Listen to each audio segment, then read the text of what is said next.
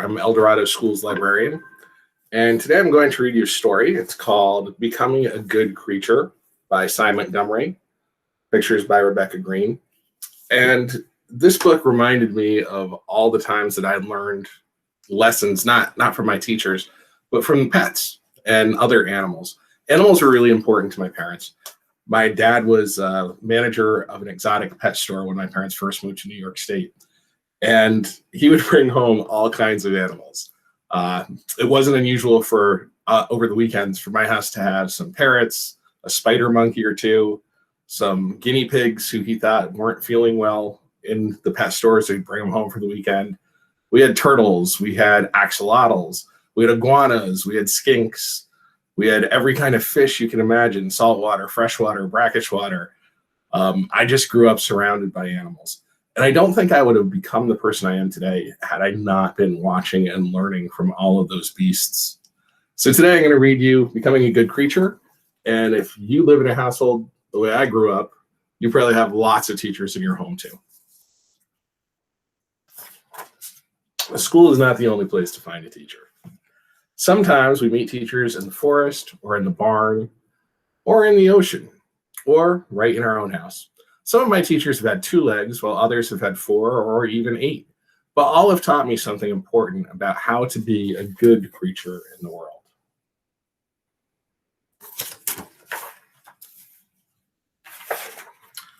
Find good teachers. When I was a little girl, I wanted to be a dog. I wanted to run really fast and see in the dark.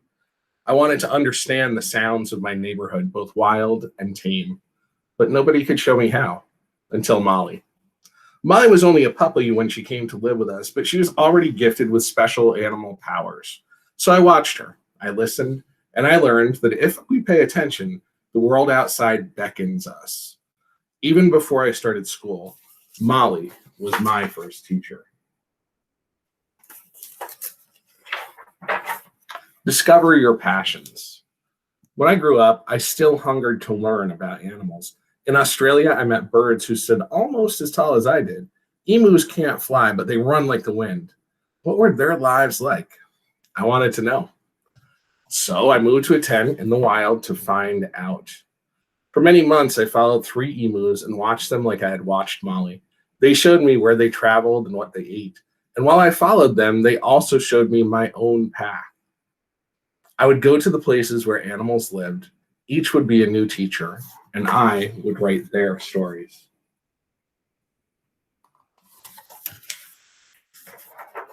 Respect others. Next, I went to Africa to meet gorillas. I hiked in the mountains there for a long time. It was nothing like my home in New Hampshire. As I stopped to catch my breath, I saw a person running toward me. Why? Because a big gorilla was chasing him. But I didn't run. I crouched low and looked at the ground, as if bowing before a king. The gorilla stood, beat his chest, and let out a roar. Rawr! And when he saw that I understood that he was the boss, he turned and calmly met me in his gorilla family. Ever since that day, I respected my animal hosts and their homes.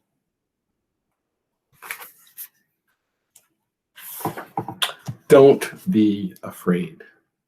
In India, I met tigers. In Africa, lions. In the rivers of South America, I swam with piranhas and electric eels. In the ocean, I met sharks. None of them ever hurt me.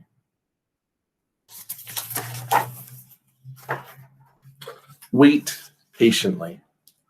I traveled to Australia again, this time to meet a different bird. The cassowary, like the emu, is a tall bird who runs instead of flies. I was eager to meet one and spent a week trekking through their rainforest home. No cassowary. An hour before I had to leave, I went one more time to say goodbye to the beautiful empty jungle. A cassowary stepped out from behind the trees before me. He was close enough for me to see his eyelashes. I was so glad that I had waited. There's the cassowary. Make your own family.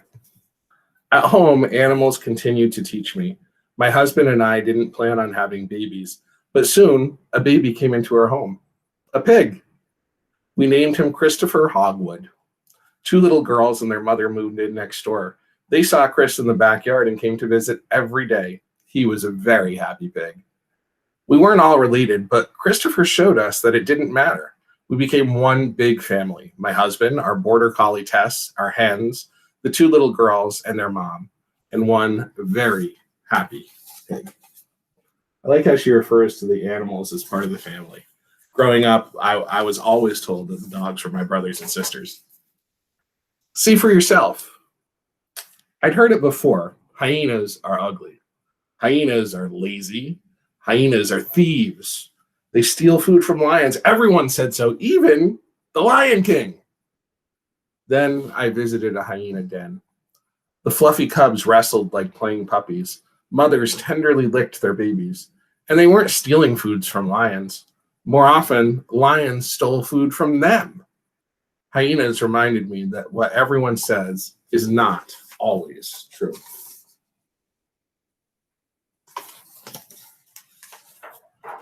Love the little lives. I never gave spiders much thought until I met one in South America who was almost as big as a chipmunk. She was a sleek black tarantula with toes tipped in pink, like she had just had a fancy pedicure. She lived in a potted plant at a nature center. We learned that she was a gentle kind of tarantula who can live for 30 years. We named her Clarabelle and let her walk across our hands each night. We think she liked us. We sure liked her. Clarabelle showed us that little lives matter as much as big ones.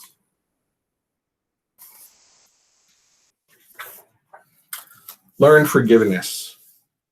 One Christmas morning, I found an intruder in our hen house, a white-coated weasel. Though tiny, weasels are fierce. They catch and eat animals much bigger than themselves. They even eat chickens.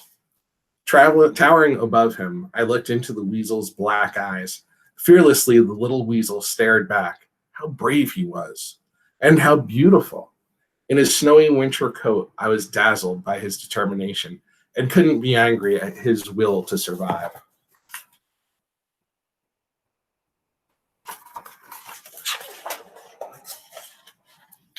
Find common ground. Octavia had 8 arms, 3 hearts, no bones. She lived in the water, and I lived on land. What could we possibly have in common?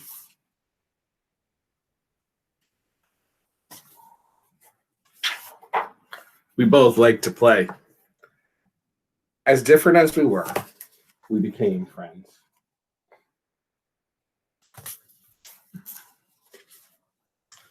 Trust tomorrow. The little girl next door moved away. Our pig grew old. Our dog grew old. It felt like everything was ending. Then one day I got a phone call from our veterinarian. He told me that a neighbor's border collie had just had pups. They were all valuable dogs with important work to do, herding sheep, cow, and pigs when they grew up.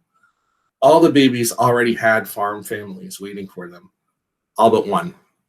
One puppy had a blind eye. Would I take him? What do you think? Would she take him? Thurber taught me that the best lesson of all, even in the darkest times, there may be a wonderful new teacher waiting for you, right around the corner. To all the creatures who have been my teachers, wild and tame, named and unnamed, animal and human, thank you for showing me a world more surprising, more alive, and far more glorious than I could ever have imagined. Sy Montgomery.